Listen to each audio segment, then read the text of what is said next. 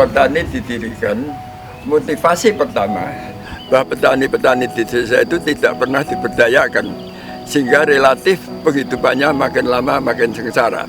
Tapi kalau kita bisa membangkitkan kekayaan alam kita, maka kita akan dapat margin yang besar dan kemudian investor tidak diundang akan datang sendiri.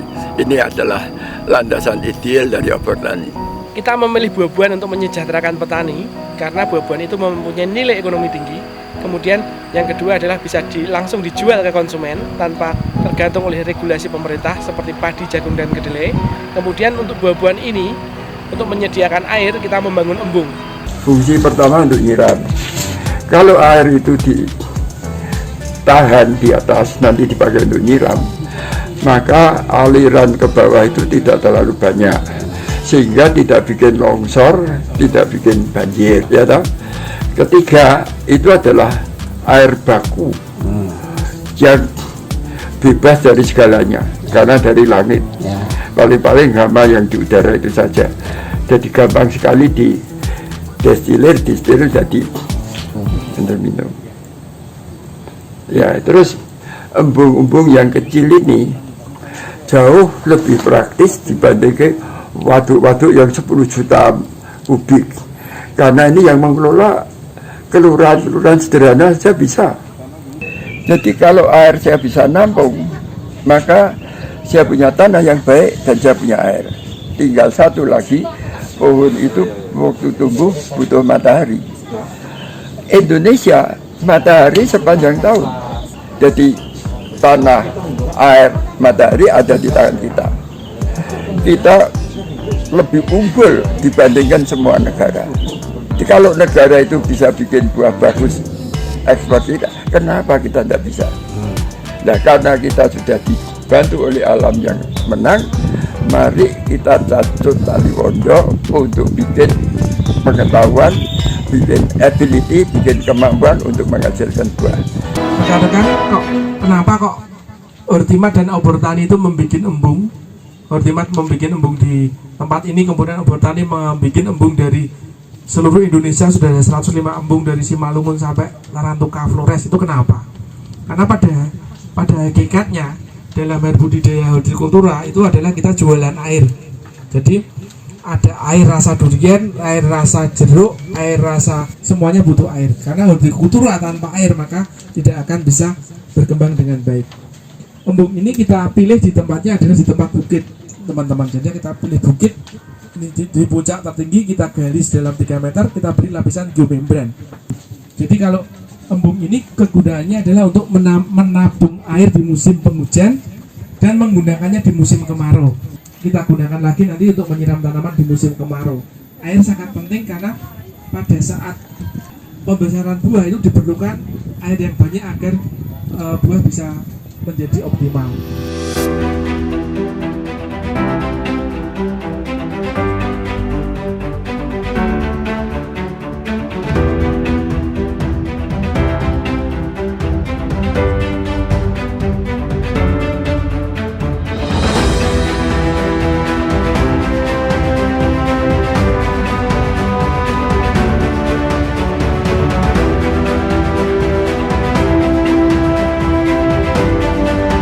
Saat ini teman-teman berada di Hanca 02. Hanca itu sebutan untuk kita atau nama untuk kebun kita untuk luasan terkecil.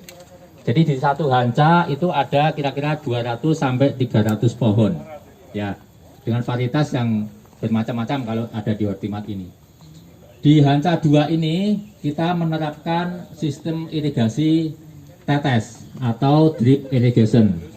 Kenapa kita pilih drip irigasi? Karena drip irigasi itu adalah paling hemat. Antara lain hemat air, hemat waktu, dan hemat tenaga.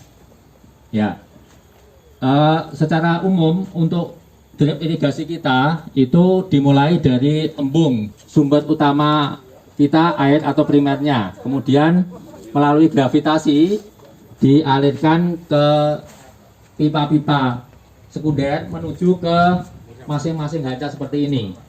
Di hanca ini juga ada tampungan air bawah tanah atau kita sebutnya dengan ground tank untuk kapasitas seluruh Hanca ini. Kemudian dari situ, dari ground tank dipompakan melalui pompa listrik, kemudian dialihkan ke pipa-pipa dan menuju ke masing-masing pohon. Kemudian untuk energi listriknya sendiri, kita sudah menerapkan energi baru terbarukan. Kita tidak memakai lagi PLN, tapi kita pakai PLTS atau pembangkit listrik tenaga surya, yaitu solar panel yang ada di sini sudah kita pasang. Melalui solar panel itu kita ada kontrolnya masuk ke dalam aki sebagai penyimpanan, kemudian kita rubah jadi arus AC melalui inverter untuk menghidupkan pompa listriknya. Pompanya bisa sesuai dengan jadwal yang kita inginkan karena kita pasang timer di sini kapan kita on, kapan kita off, sesuai ada yang di program timer ini ada 28 program yang tiap hari bisa kita setel macam-macam. Kita juga akan menerapkan yang namanya fertigasi, mungkin sudah tahu semua ya. Jadi di samping pengairan kita akan mendistribusikan pupuk itu ke masing-masing pohon. Jadi fertilizer irigasi sebutannya. Kita akan terapkan Venturi injektor, jadi tidak lagi mencampur pupuk dalam air, tapi kita terpisah dengan volume yang sudah kita hitung, kita salurkan ke injektor untuk kita setel di masing-masing pohon.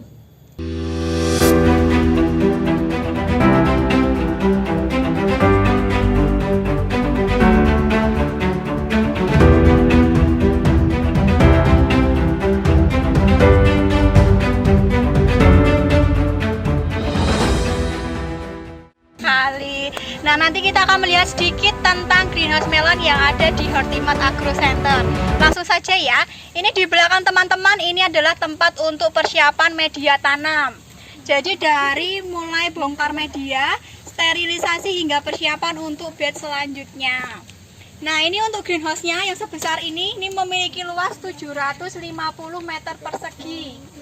Dan ini terbagi menjadi 3 ruang. Oke teman-teman, mungkin langsung bisa masuk. Nah, untuk ruang pertama yang di sebelah kanan saya ini adalah ruang pembibitan. Jadi ini untuk penyemaian benih hingga menjadi bibit itu selama 14 hari. Kemudian yang di sebelah kiri saya itu ada ruang kontrol, yaitu tempat tandon air, dan yang biru itu adalah tandon pupuk dan panel nanti untuk mengontrol penyiraman melalui sistem irigasi tetes. Dan ini yang ketiga, ini adalah ruang utama. Utama ini adalah tempat budidaya melon berkapasitas 1.176 tanaman. Yang terbagi menjadi 3 blok.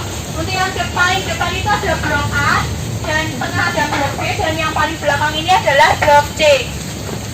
Sebagai informasi, pada bed 10 ini kita menanam 4 varietas melon. Untuk yang ada di blok A kita menanam melon Orange Melody dan melon ceria. Kemudian yang di blok B ada melon Kinanti, dan blok C ini ada melon Adinda. Yang bisa teman-teman lihat, ini tanamannya berumur 15 HST. Dan nanti satu tanaman ini hanya dibuahkan 1 butir saja teman-teman. Ini dari teman-teman ada yang mau bertanya? Kalau bobot itu tergantung dari varietasnya. Misal ini yang paling depan ini ada Orange Melody, dia bisa mencapai berat 3 kg. Nah, untuk yang ada 3 bedeng yang sebelah sana itu ada melon ceria, dia 1,5 hingga 2 kg. Berapa brik? Kalau tingkat kemanisan, misal contoh nanti yang ada blok di tengah sama Adinda bisa mencapai brik 17.